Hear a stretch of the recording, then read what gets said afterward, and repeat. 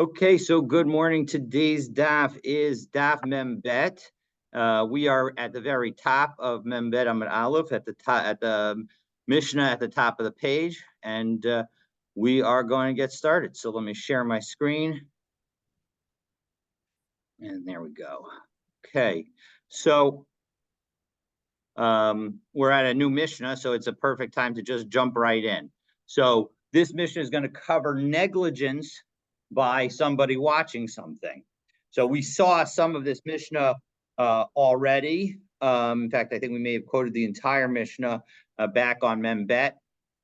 I'm sorry, back on where was it? On Lamed Dalet, I think it was.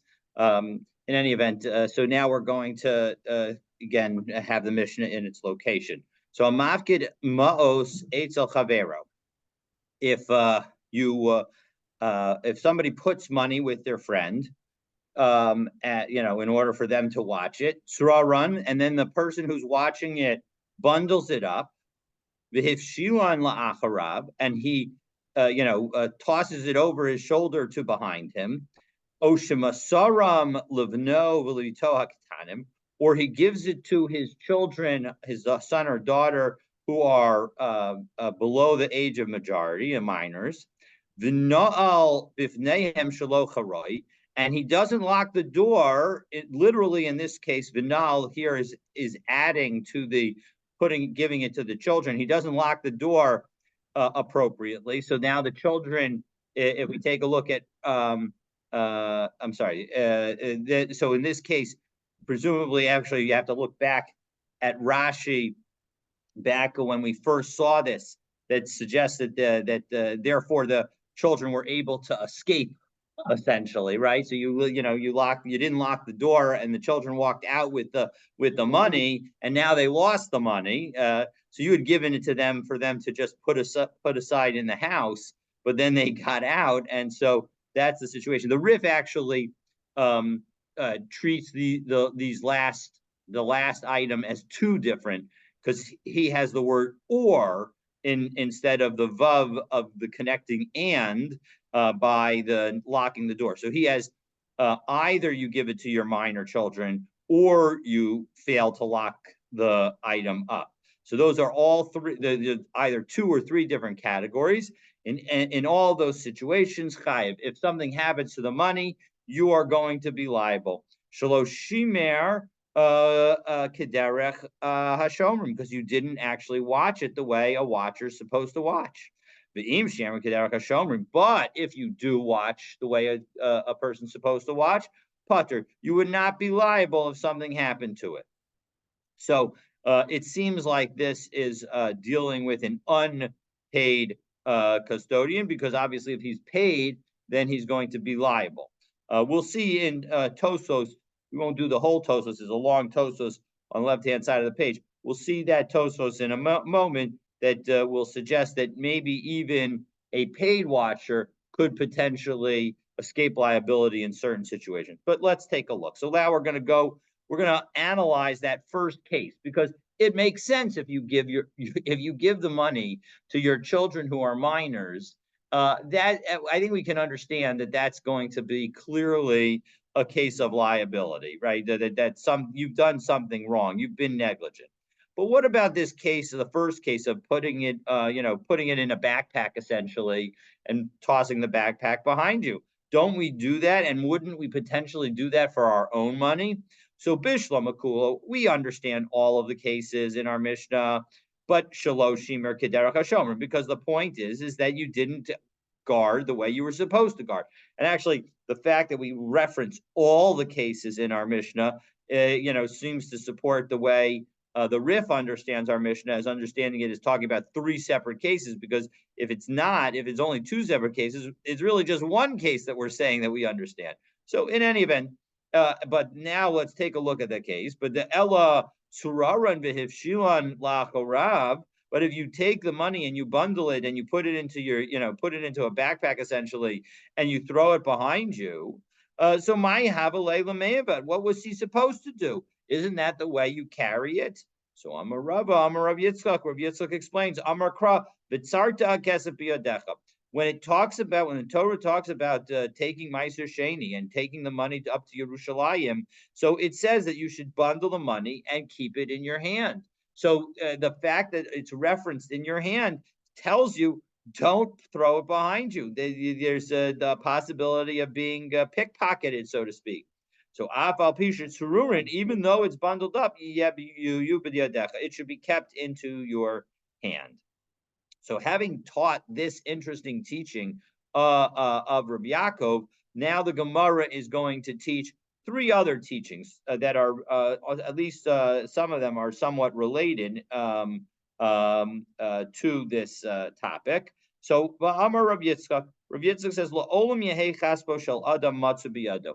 Really, it's important that you have liquid assets, that you have assets that are available to you. Shenei amar v'tzarta kesef biyadcha, that you should have money in your hand. So that is point number one. If we take a look at Rashi, the second line in Rashi, Matsu. We could take. All right, we'll skip that Rashi. Okay, so second line in Rashi, Matsu biyado. Lo yafgidenu la'acherim. Don't leave your money with others. B'makom acher, in another place. She'im tizdamin lo schor l'sachar. Because if you have some opportunity for business, you need to have the money available. So this is highlighting, and what's interesting is that obviously the point is that there will be times in your life that if you have money available, you'll be able to take advantage of market imperfections and make money. And Rabbi Yaakov is saying, be ready. I mean, for Rav Yitzchak, is saying, be ready for those opportunities, because you never know when they'll come your way. So that's point number one by Rav Yitzchak. So second statement by Rav Yitzchak. Rav Yitzchak, la'olam yashlish adam es ma'osav. You should divide your money. This is a diversification statement of Rav Yitzchak, and it really is. Take a look and see what he says. Well, you should divide your money. Shlish b'karka, 1/3 should be invested in real estate. Shlish b'pragmatia, 1/3 should be in business. And ushlish tachas yado, and then 1/3 is in cash, readily available. Now, by the way, I will note that we are blessed in this world today that we actually have vehicles to do accomplishments, and we have vehicles that allow us to both have money that's immediately accessible and have it doing work for us. So it's really we're very advantageous that we could effectively, write checks, have Zelle, etc., that allows us to effectively have our money available while it also is remaining safe, or at least relatively safe. Okay, so that's the second teaching of Rav Yitzchak. The third teaching of Rav Yitzchak, slightly adjusts from where we are, but it's something that's very interesting. But Amar Rav Yitzchak, Eina bracha Metzia el bedavar hasamim min ha'ayin. That when it comes to blessing, when it comes to sort of a miraculous growth, that only happens when it's something that's hidden from the eye. This is a Jewish version, so to speak, of the concept of a watched pot never boils, right? Because what's going on here is saying that if you keep your attention on something, it's going to remain in its current state. But if you don't keep your attention on something, if you sort of allow it to be hidden, etc., then you have the opportunity for some kind of growth. Shenamar, and what's the pasuk that says this? Yitzav Hashem itcha es habracha ba'asamecha, that Hashem will command a blessing be with you in your silos. Now, asamecha, it turns out to be a play, because asamecha and samui, right, that we had in the prior line, hidden, sound very similar. So take a look at Rashi, first of the narrow lines in Rashi. But asamecha, Durishle, we can sort of create an exegesis in connection with it. Lashon davar hasamui min ha'ayin, that bi'asamecha, in your silos, can be understood in your hidden places, in your places that are hidden from the eye. And Tana Devei Rabbi Yishmael, and Rabbi Yishmael teaches something very similar.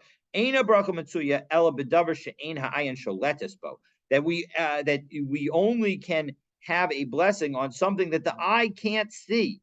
Shene'amar Yitzav Hashem Itcha Es Habracha Ba'asamecha, citing that same verse.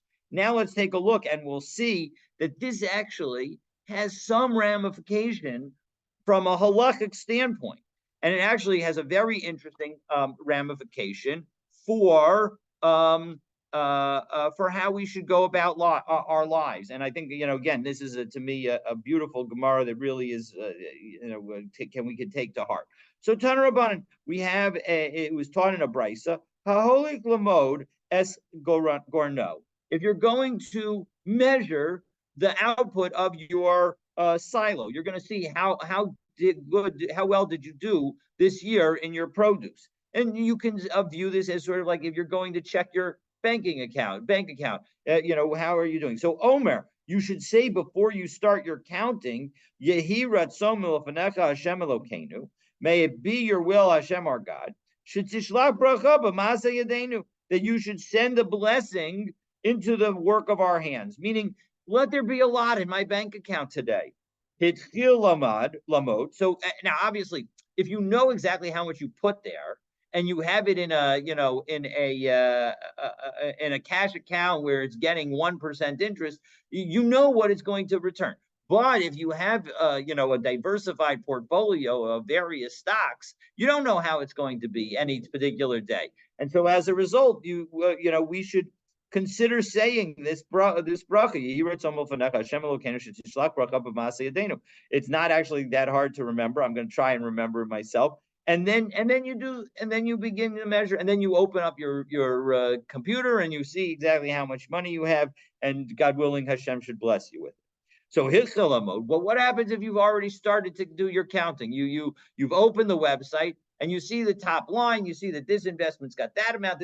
You haven't gone down to the total yet, but you've already begun to do your measurements. Well, then Omer, you should say Baruch Hasholeach Bracha Bakari Hazeh. You should, say that blessed is the one who sends blessing to this pile. Now, you wouldn't want to say this pile. Maybe you'd say this account or whatever. But the point is that you haven't finished the measurements. There's an opportunity. There's stuff that you don't know what it is, and so you have an opportunity to ask God for blessing and connection.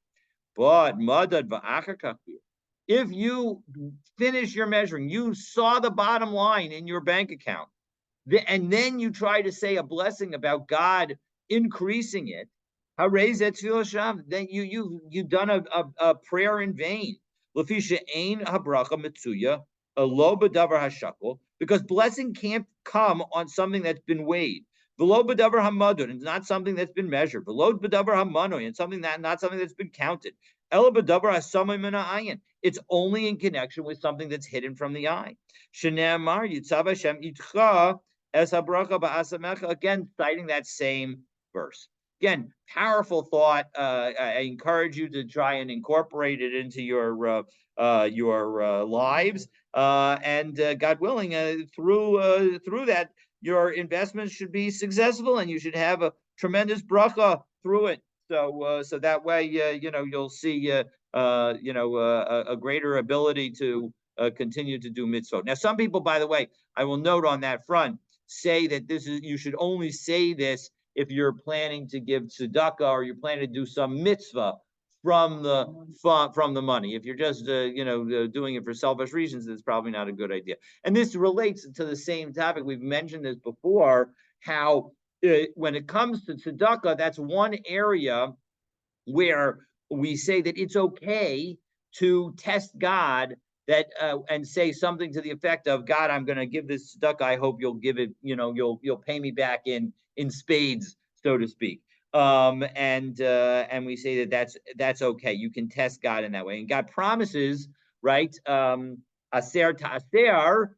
We say that when you in order to take the tithes, that it also means aser ta'asher. That on some level you'll become rich and wealthy as a result of your taking of the tithes. Okay, so that finishes the advice that we got from Rav Yitzchak, and now we go back to how we should guard our money. So Amar Shmuel, Kisafim ein lehem shmira ela b'karka.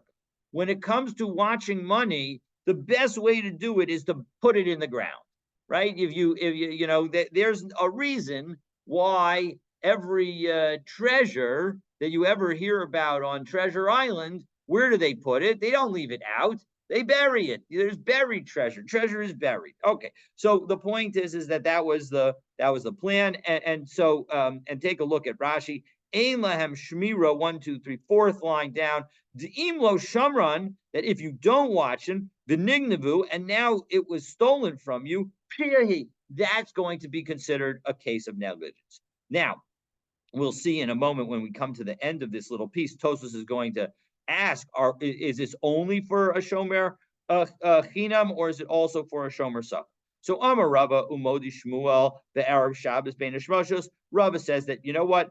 On Arab Shabbos, if you give somebody money to watch on Friday, don't assume he's going to have a chance to bury it before Shabbos. Delo atrachu Rabbanan, the rabbis are not going to force him to spend time burying it when he's trying to prepare for Shabbos. But after Shabbos, once an amount of time has passed, shir lemikbarinhu, that he's had enough time to bury it, below kivarninhu, and he hasn't actually buried it, mechayev, then he's chayev. That's the proper watching. You need to bury the eat sorba de mirabanan, who, however, if the guy who gave you the money to watch happens to be a rabbinical student, somebody who's views himself as trying to do always the right thing. Savar dilma mibaile zuzela abdalasa. You're gonna think the person who's watching will say, you know what? Maybe this is all of his money, and now he's going to need to buy some wine for Havdalah, and so as a result, I won't put it away yet. Maybe I'll wait till tomorrow to put it away, and then that's okay. Meaning, if the person is a rabbi that they might want to have make Havdalah and therefore buy wine. So as a result, that's going to be the case. Now, what about everybody else? Don't everybody else need to hear Havdalah? So the answer, of course, is yes. But you don't have to be the one who buys the wine. You could rely on somebody else. But a tzorba de rabbanan, somebody who's trying to be a rabbi, should want to do things on his or her own in order to fulfill things to the proper degree. Okay, now we're going to qualify everything that we just said, because va'idna. When is he making Havdalah? He's giving him the money, Motzi Shabbat, and wouldn't he be making Havdalah right then? Why is he going to hold it to what? So you have time to make Havdalah, and remember that there are two concepts. It's an excellent comment that you make, and it allows me to highlight the fact that there are two concepts when we come to the end of Shabbos. There is the concept of engaging in malacha, and there's the concept of Havdalah. Often, they're very much tied together. You don't do other work until you've made Havdalah.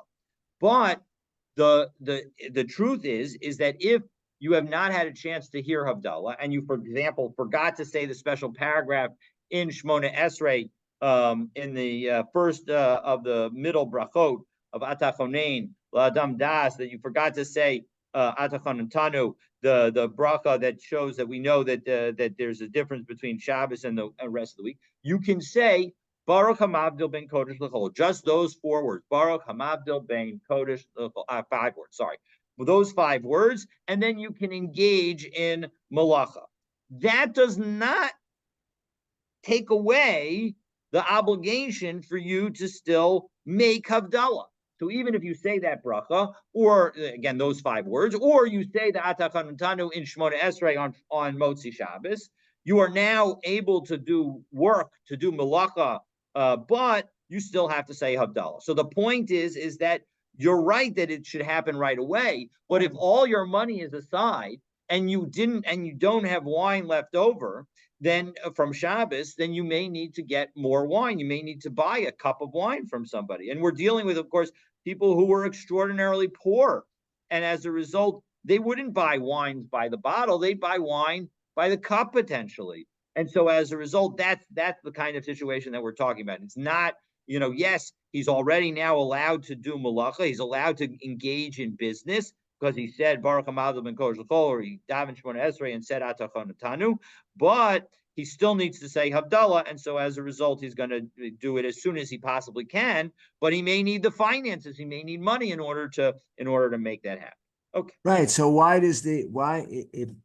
if this Torah scholar gives the money to someone to hold for him, Yes. why would he give it to him right b'motzi Shabbat? Why wouldn't this Torah scholar go and buy the wine first? Why is he giving it to someone to hold for him when it's the time to make Havdalah? Because this Torah scholar may not have any private places for him to hold his money over Shabbos. So No, this is after. Isn't this? It says the Gemara says here, but so let me clarify. Thank you.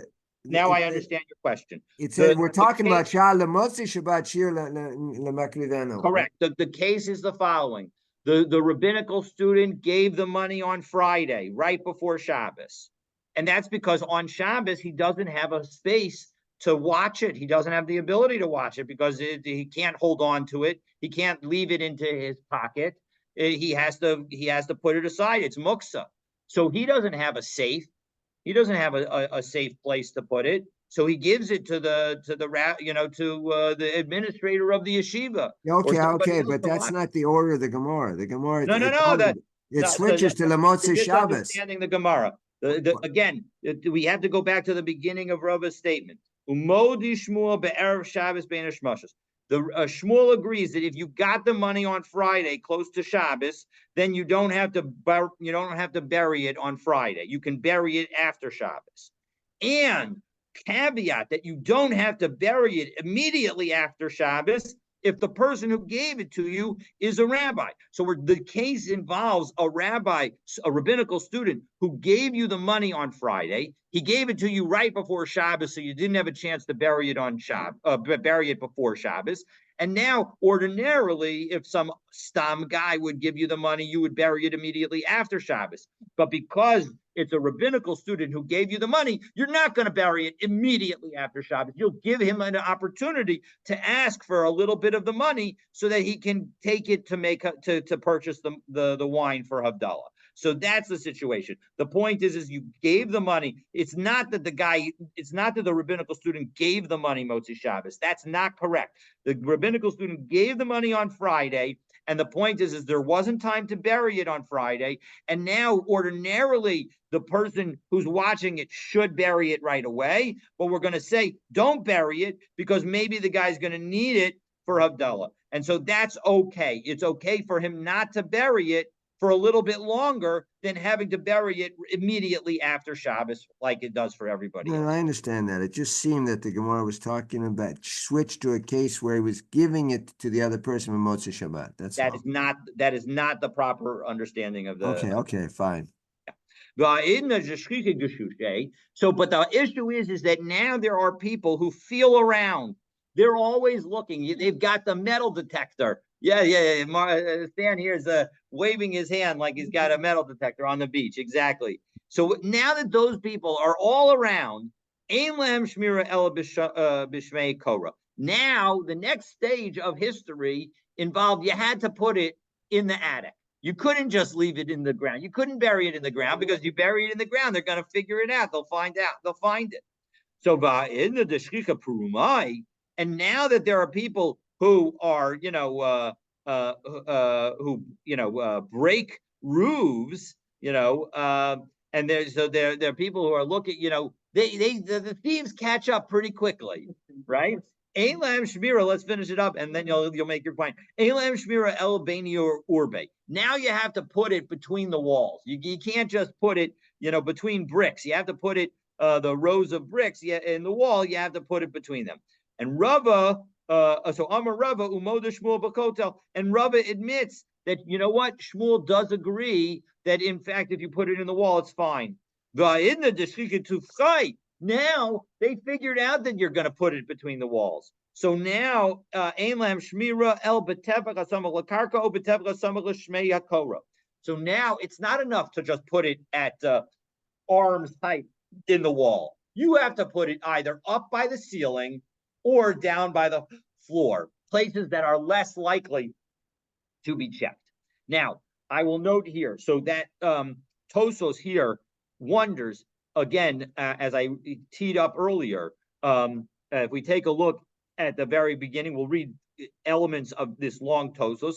Sorachiyun im shomram bekarka. If the person is having their money watched in the ground, the nignavu, and now it gets stolen, misham im shomer sachar chayev, is a paid watcher also obligated? Remember, a paid watcher is liable for theft and loss. So is this a case of theft, or do we say this is not just a simple case of theft? This is a ridiculous case of theft. This is, what more could he possibly have done? So chayiv. So right, ubeperak hakonis mashma dechayiv. And if from earlier from Bava Kama, it seems like maybe you would say that his chayiv. But if we take a look down about 25 lines in Tosos, second to word from the end of the line is ach. It's the last 2 lines above the hey / lamed, the hey lamed abbreviation. So ach tamon gadol. It's a big wonder. Who lama lo yehei ones? Why isn't this considered an ones, an unavoidable accident?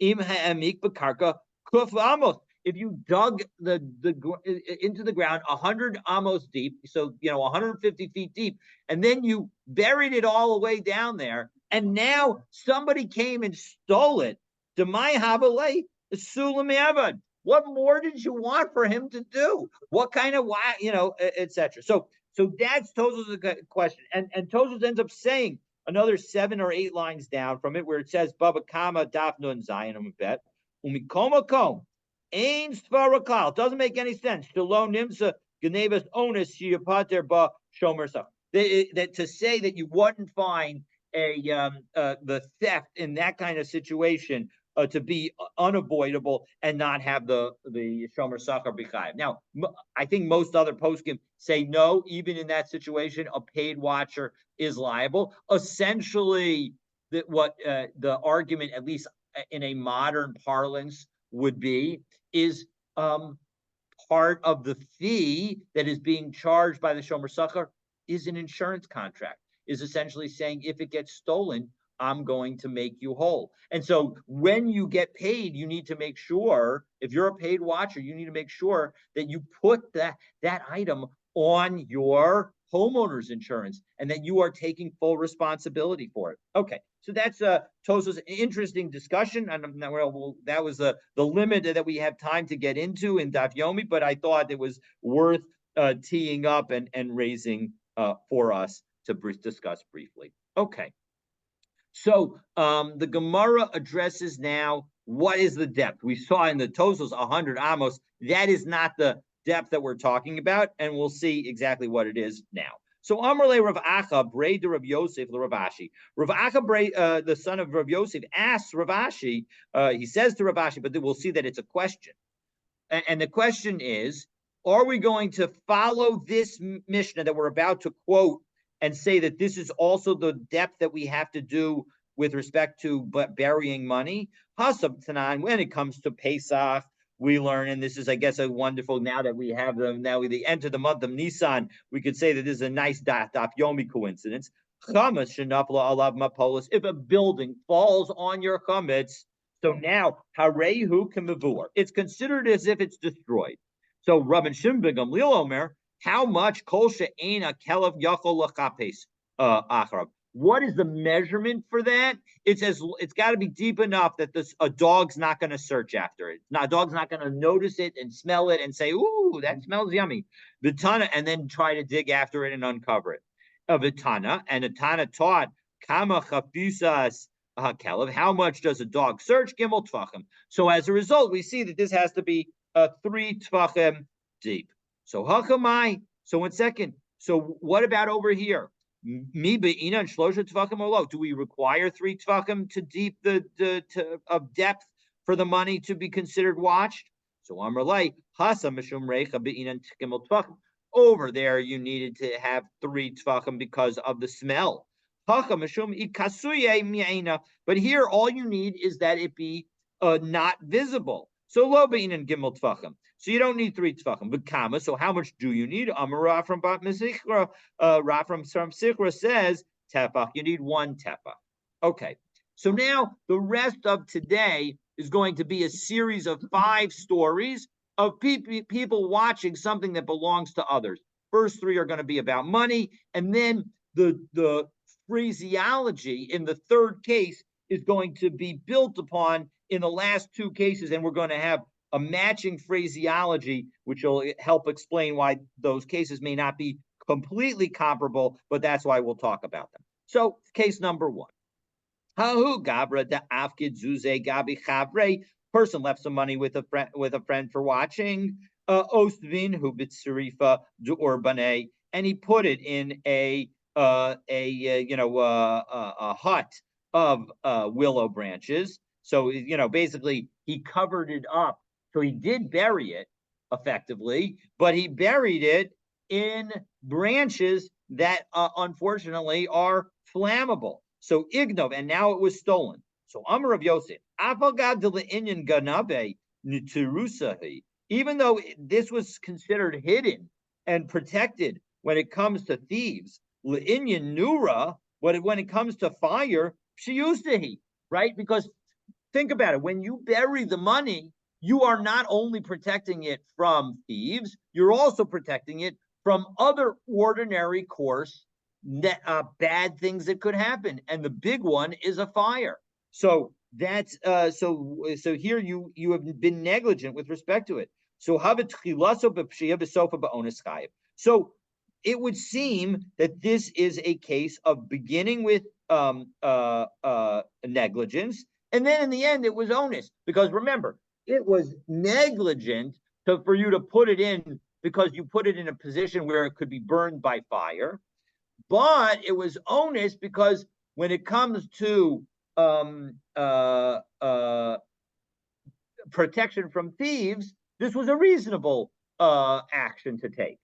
So Ve'ika de Amri, and there are some who say that even though it was negligent with respect to, and that this is what Rav Yosef said, that even though it was negligent with respect to fire, it is considered good, sufficient with respect to theft.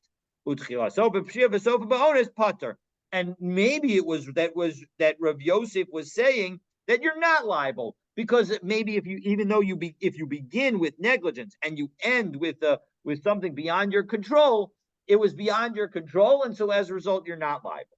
The So how do we conclude this issue? That when you begin with negligence and then you have something happen, it is considered and that is unavoidable. You are going to be liable. Now Tosos here, last Tosos on the daf, adds a very important qualification. So we'll skip the references to the Gemara that's coming up, and just go down to the third to last line, middle of the line of Tosos. So v'davka hecha sheyachol liyot shaha'onis lo hayanara im lo pasha betchila.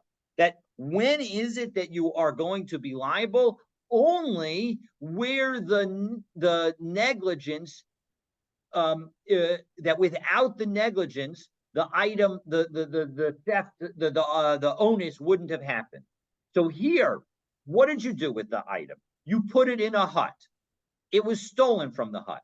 Now, although that is maybe reasonable with respect to theft as a method of guarding it, the bottom line is that it wouldn't have been stolen if you didn't put it in the hut, because clearly in the hut it got stolen.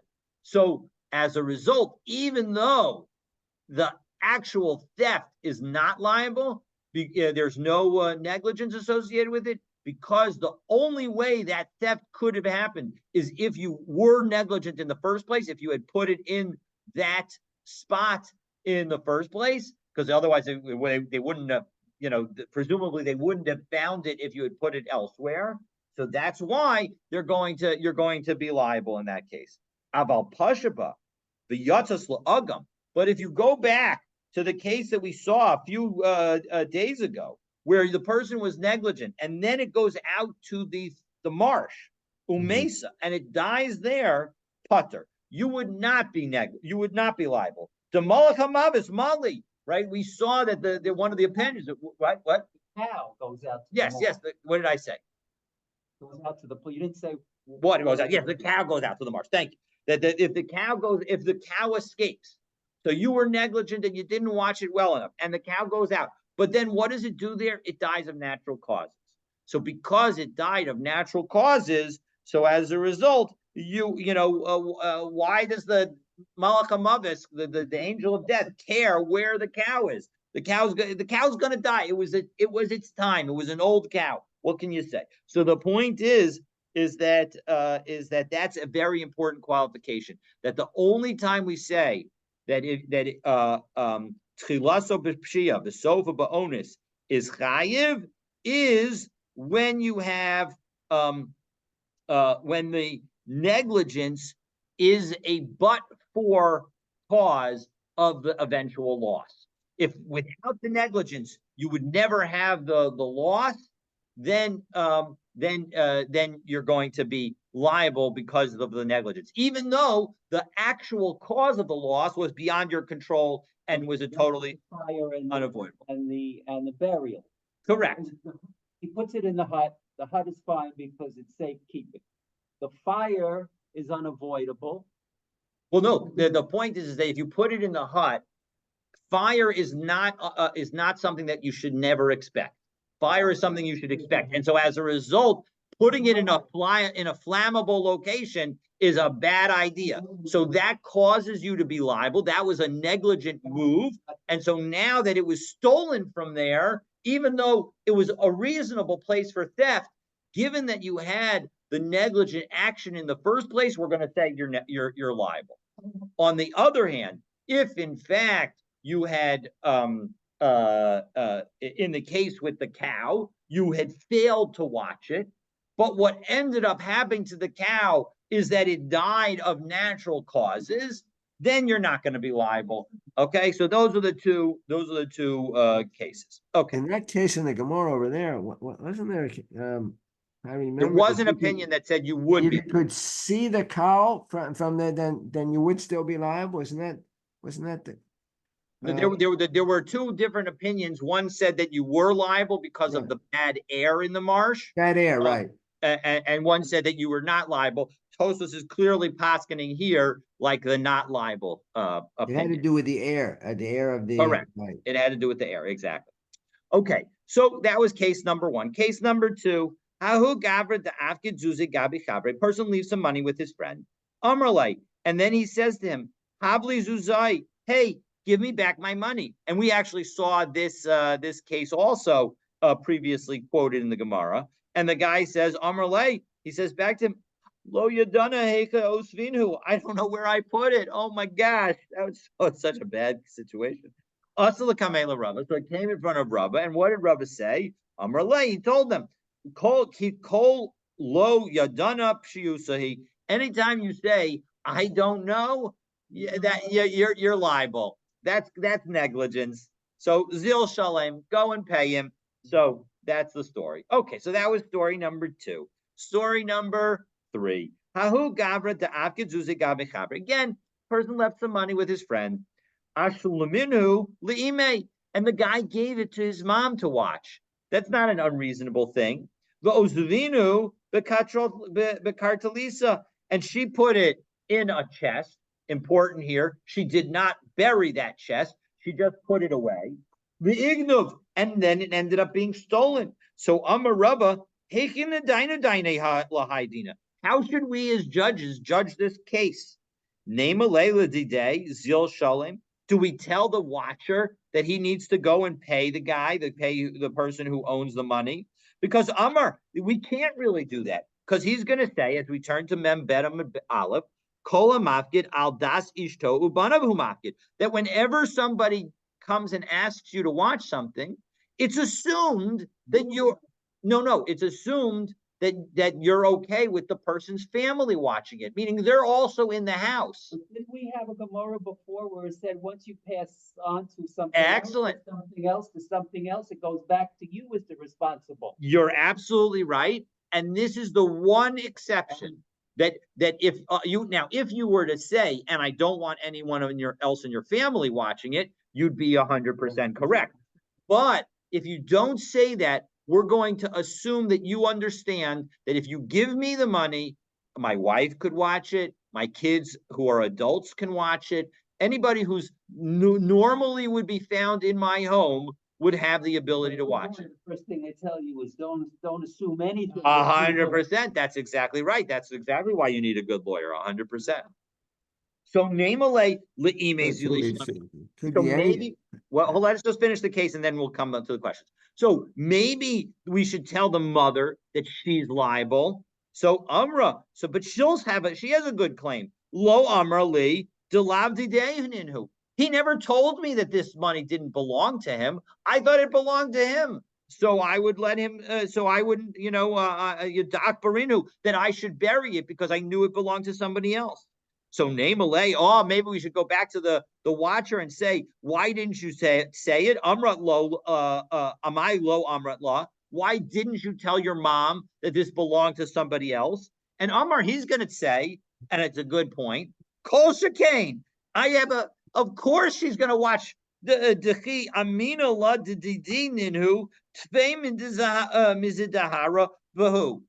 She would watch my stuff. I assumed that she would watch my stuff better. I'm her pride and joy. So as a result, we don't seem to have anybody who could be potentially liable. So Ella Rabba. So Rabba concludes the following: Mishtaba ihu dahanu zuze ashlaminhu leimi. So the watcher swears that he gave the money to his mother. Umishtaba ime dahanu zuze osuvinu bekatrol beigno.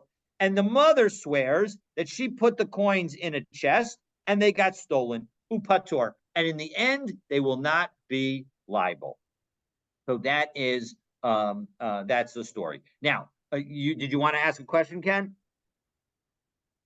Yeah, I'm just a comment that it could be anyone in the family that's living with them, not necessarily mother or whether the Gemara Dafka means it has to be young children, the wife, whether they're part of the excellent point. The point is, and indeed, this story shows that it's anybody who would ordinarily be living, because this was a case of the guy giving it to his mother, and the quote is al das ishto ubanav humafkid. It doesn't reference the mother, so it's clear that the intention is anybody who's ordinarily in the house. Remember, though, we still have our Mishnah that says that if your children are minors and you give it to them, you would be liable. So the point is you have to give it to adults to watch. You have to give it to responsible people. Now, Tosfos here raises an interesting point, and let's take a look. We'll read the beginning of Tosfos. Called Amakid al das ishto top Tosfos membedam abet al das ishto ubanav humafkid. That again, one who gives money to somebody to watch understands that the other people in his family may be the watchers. Omer Rabbeinu Tam.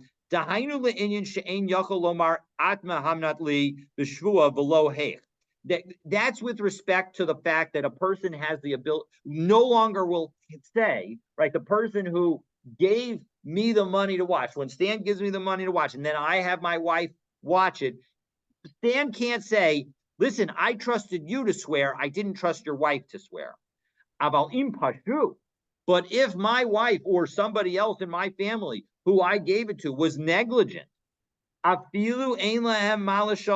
even if they don't have something to pay because they're in my household, I have to pay. Now, the Rambam isn't so clear on this. The Rambam seems to suggest not that way, that only the person, because they're adults, only the other adult would have a liability. I'll tell you ahead of time. But if you tell me ahead of time that only no one else but me, then I would be liable for having given it to somebody else. Exactly. So Tosfos, what is he saying? He can impose the shavua on somebody else in the family? No. Tosfos is saying that why was it? Remember that we gave two reasons that you couldn't. That if you gave me something to watch, Ken, I can't go and give it to Moshe. One of the reasons is because you trusted me with the object and not Moshe. But the second was you trusted me to swear and not necessarily trusted Moshe to swear. So the point is that if Moshe was a family member who was living with me, you would not be able to make any of those claims. But if Moshe were then negligent, so then you would have a successful claim. And according to Tosfos, according to Rabbeinu Tam, I would have to pay even if Moshe doesn't have the funds to do so. Okay, so that's what Tosfos. There's not an issue of Shavua then, right? Yes, then there would not be an issue of shua. I would just be liable. Correct. So who apotropa, excuse me, diyatmi. There was an apotropos of the orphans, a guardian of orphans. Tizaban lahu Torah liyatmi. He happened to, he's watching over the money that belongs to them, and he used some of the assets to buy an ox because that would be a good asset for them to have. Because oxen were like the bank account of the day, because they are a good storage of money. They have a longer life and they work, so they produce income. So the point is, and they produce more income than they eat. Exactly. Very important. So the point is that would enable the orphans to have money to live off of. And so he then gave it to a shepherd to watch. But it turns out that it didn't have the right teeth in order to eat. Umes, and it died. Terrible story. Rami Bar Chama. So Rami Bar Chama says, using again the same language that we saw that Rava used, Rami Bar Chama is now going to use in this case. And he says, how should we judge this? Because Nema Leila Apotropa Zil Shalim. Should we tell the Apotropas that he needs to pay? Amar, he's going to tell us.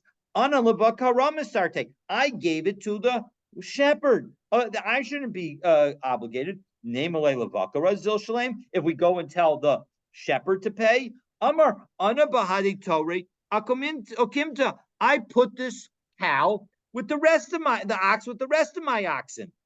And I gave it food. I didn't realize that it wasn't eating. That isn't on me. Well, 1 second. Isn't the person who's the shepherd like a shomer sakar? He's a paid watcher of orphans. So he needs to pay sufficient attention. So Ikab say to the Yatme Hafinami. Yes, you're right. If in fact the orphans would have lost something in this case. But we're going to now change the case just a little bit. And so as a result, the shepherd doesn't have an obligation to the orphans. We're dealing with a situation where there was no loss to the orphans. We found the original owner of the ox, the shakol yatme zuze mine, and the orphans were able to undo the transaction that the guardian had done for them, and so as a result, they got their money back. So let's give money. We'll use an example. So I'll be the guardian of the orphans. Stan will be the owner of the ox, and Moshe will be the shepherd. So I bought the ox for $100. I gave it to Moshe, and now it died. And now what has happened is the orphans for whom I'm the guardian have gone back to Stan and said, listen, you sold us a bad ox. And so as a result, we want our money back. And because it in fact was a bad ox, Stan pays the orphans. So the orphans have not lost anything. But who has lost? Stan. Stan had to go out of money. So Ella man katayin. So who is in that case is going to make a claim? Murray de Torah katayin. So Stan is going to make the claim, but Ibai Leila Udan, because he should have said that the animal had no teeth. So my modian lay. So 1 second, what does it mean that he should have told him? Mida yada de mikak taos habi. So the owner knew that it was a mistaken transaction. So why is there anybody else who should have told Stan that there was a problem? Stan should have known by himself that it was a problem. So besafstira. So we're dealing with a situation where Stan was a middleman. So Stan originally bought the cow from Ken. Ken, didn't know what Stan was going to do with it. He may have even, but he didn't mention the fact that the cow, that the ox didn't have the right teeth, and so it needed to be fed in a special way. And now Stan goes and sells it. And so he wasn't able to notify anybody. So he's liable. So now the question is, he wants to try and get money from me because, or from the shepherd, because the shepherd should have had an obligation to the orphans to watch carefully to see that, in fact, that the ox wasn't eating. So, hilkach mishtaba ihu delo havayada. So as a result, what we're going to have is that the owner, namely Stan, is going to swear that he did not know that the ox was toothless. Umishalim bakara demei basar bezol. And we're going to have the shepherd is going to pay Stan back an amount of money at the cheap rate. Because again, and Rashi here, it's a long Rashi. We're going to do the Rashi just outside. Because how did Rami Bar Chama know that the owner, namely Stan the middleman, should get paid by the shepherd? The shepherd had no direct connection. The only connection was through me. But what did we see at the beginning of? I just want to ask you, did the apotropos use the orphan's money to buy the ox, or was he buying this on his own? No, he was buying it gift for using the orphan's money. So, but even so, don't we say the buyer buyer beware? He should check out the product he's buying. The point is that he then put it directly into the hands of the shepherd, and so the shepherd has that obligation on behalf of the orphans. And so if the orphans were to have lost money because Stan went away and was not catchable, and as a result, we don't have the ability to collect from him, everybody agrees that the shepherd would be liable to the orphans for the money. But in this case, Stan stuck around because he's a reliable guy. And so as a result, and he stands behind his deals. And so he paid and made the orphans whole. But now he has a hole in his pocket, right? He is out some money. And so as a result, the shepherd's obligation to the orphans gets translated back to Stan. And the example of that was the example that we saw in the Mishnah back on Lamed Hey Amabet, where we had a renter. Remember, Stan was the renter in that case, but the renter then lent it out. And what did we say? We said the halacha is like Rabbi Yossi. And so the halacha is like Rabbi Yossi, that even though the borrower borrowed it from Stan, we're not going to let Stan benefit from my ox. Rather, the borrower is going to pay me back for the fact that he borrowed it, because I gave permission to Stan to lend it out. And so as a result, I'm going to be protected. So to here, even though Stan did not have any direct relationship with Moshe the shepherd, so Moshe the shepherd is going to owe Stan some amount, and it's going to be a compromise amount because of the more estranged nature of this. We're going to basically create a compromise. So that was case number 4. Let's do case number 5. So the apotropos gets paid back, is that it? Well, the apotropos never used any of his own money, so there was always the orphans. The orphans were already paid back. Remember, Stan paid the orphans because it was a reversible transaction. It was a transaction that gets undone. So who's the one who pays the orphans? The apotropos? No. We said Stan, the seller of the ox. The seller. Okay. Yeah. Okay. So who gathered the akid kishusa? Gabi Chavri. So we had somebody leave hops with another person, and and he also, the person had his own hops. So again, I'll be the beer brewer, and I've got my own hops, and Stan was nice enough, or I was nice enough for Stan, and I'm watching Stan's hops also. So I go and tell my brewer, my head brewer, Mahai Rami, take from my hops to brew some beer. Ozol Raman be'idach, but he went and took from Stan's hops. So Rav Amram says, How do we judge this case? Name Zil Shalom. If we tell the watcher that he has to pay, Amar Ana Amre Le Mahairami. I told him to take from the right pile. I told him to take from my own stuff, and he took from the wrong stuff. So name Sar say Zil Shalom. If we tell the worker to pay, Amar, he'll say, Lo Amar Li Mahai Rami Umahai Lo Tirmi. He didn't tell me not to take from the other pile. So the and if we say, well, 1 second, didn't it take him a little longer to get the get the pile that belonged to Stan because it was less convenient? Below Isile, and he didn't bring it, and he didn't, and he didn't come that quickly. So Gali Adaita de Nikolai, doesn't that show that the watcher was okay with taking the pops from the farther pile? No, but the low Shah, it was where the worker did not take any extra time, and so as a result, there was no way for the watcher to know that the wrong pile was taken from. Well, so my pseidika. 1 second.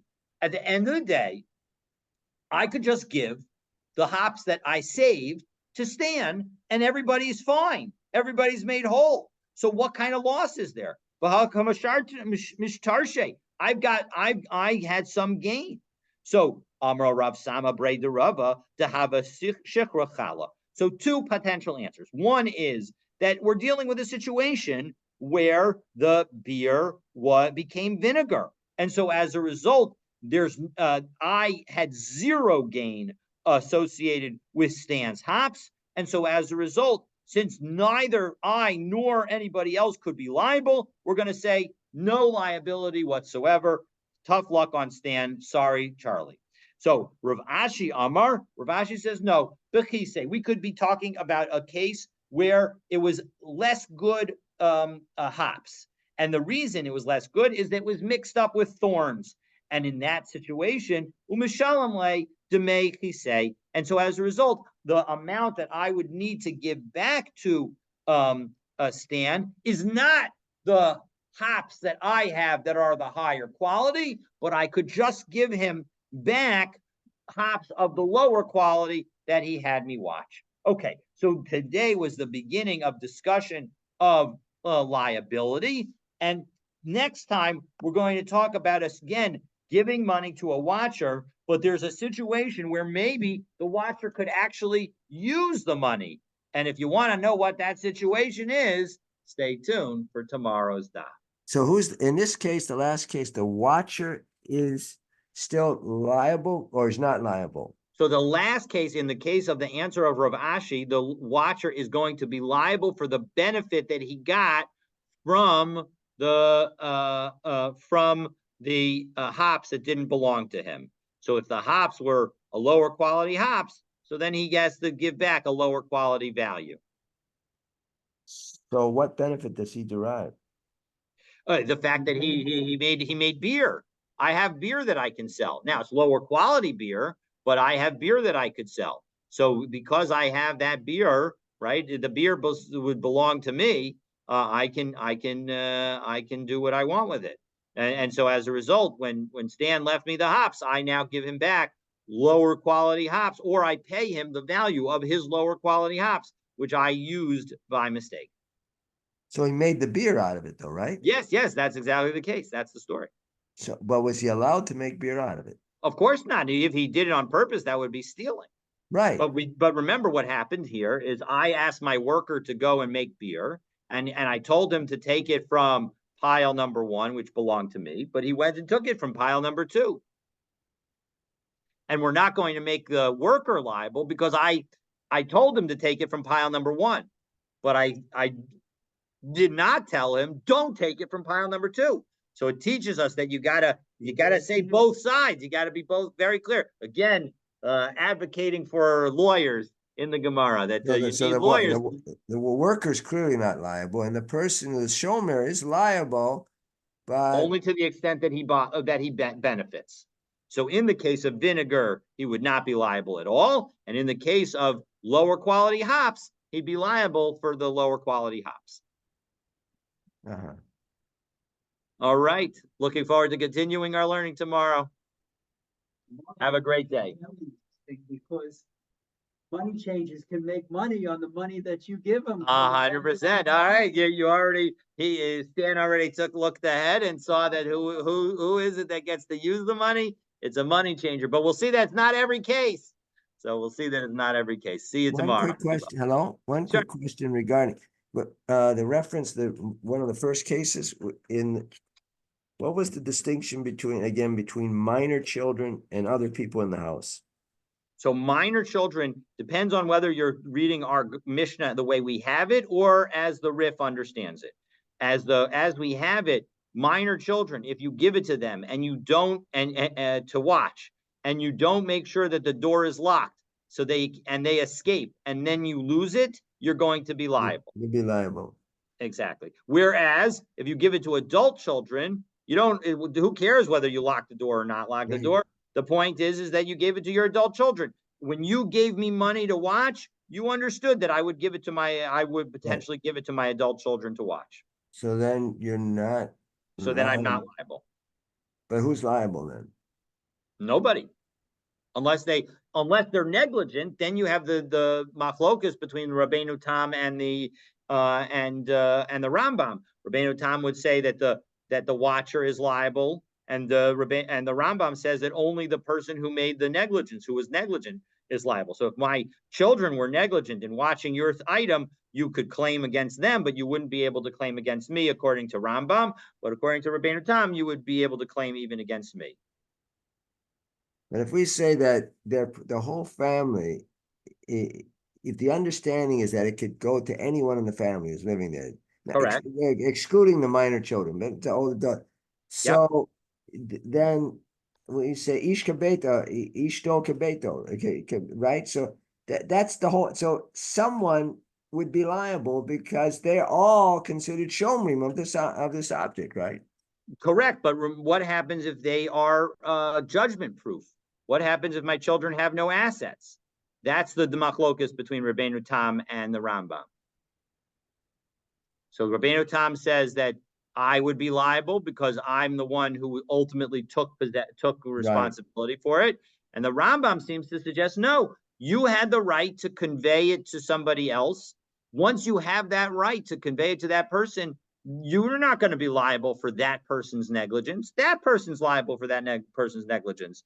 And when they eventually have the money, they'll have to pay up. But until then, there's no liability that goes back to the original person. I tend to feel like the Rabbeinu Tam approach is the more right approach, but I don't know what the actual bottom line. So they're not. So wait. So you're saying that when they have the money, they're liable. Yes, 100%. Everybody would agree that if at some point the minor children, the adult children or the wife has money to pay the liability, they will be liable. The issue is what happens if they don't have the money to be liable? That's where the machlokas between Rabbeinu Tam and the Rambam would take effect. At that point, but at some point they're still liable, right? Well, again, obviously, if you hold like Rabbeinu Tam and I pay for their liability, then even if they have money later, I could claim from them, but they wouldn't. But you wouldn't be able to claim from them.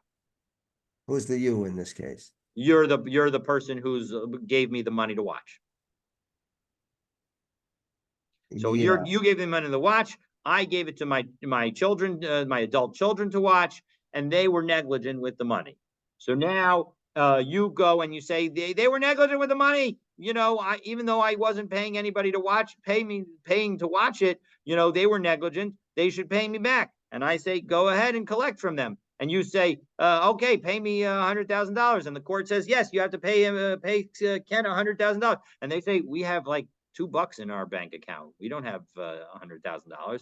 So now you're like, but you, David, you took the money from me and we're watching it. And I'm like, yes, but I'm not liable because my children were the ones who and they're adults. My children were the one who were, negligent. And you knew when you gave it to me that I could potentially give it to my children. That's the Rambam's view. And as a result, if eventually my children are successful in business and they have the money, they will owe you back the money that they were negligent about. But on the other hand, if according to Rabbeinu Tam, I have to pay you right away.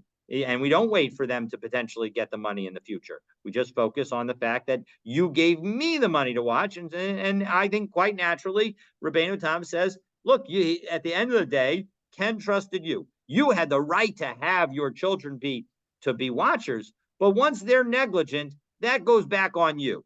And so as a result, I would have to pay you. So again, that's the machlokas between. Yeah, it seems that that would be the more logical.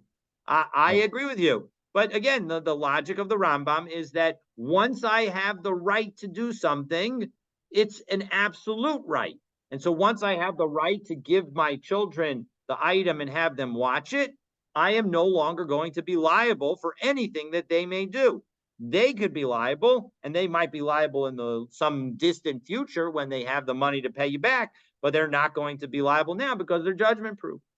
Well, there still could be a lien against them in the courts. So Yeah, therefore, for whatever it may be, they may not be able to open another bank account. They may not be able to get jobs. They may have a lien. So the government say, listen, until you pay this money back, if it's 20 years from now, you can't do X, Y, and Z.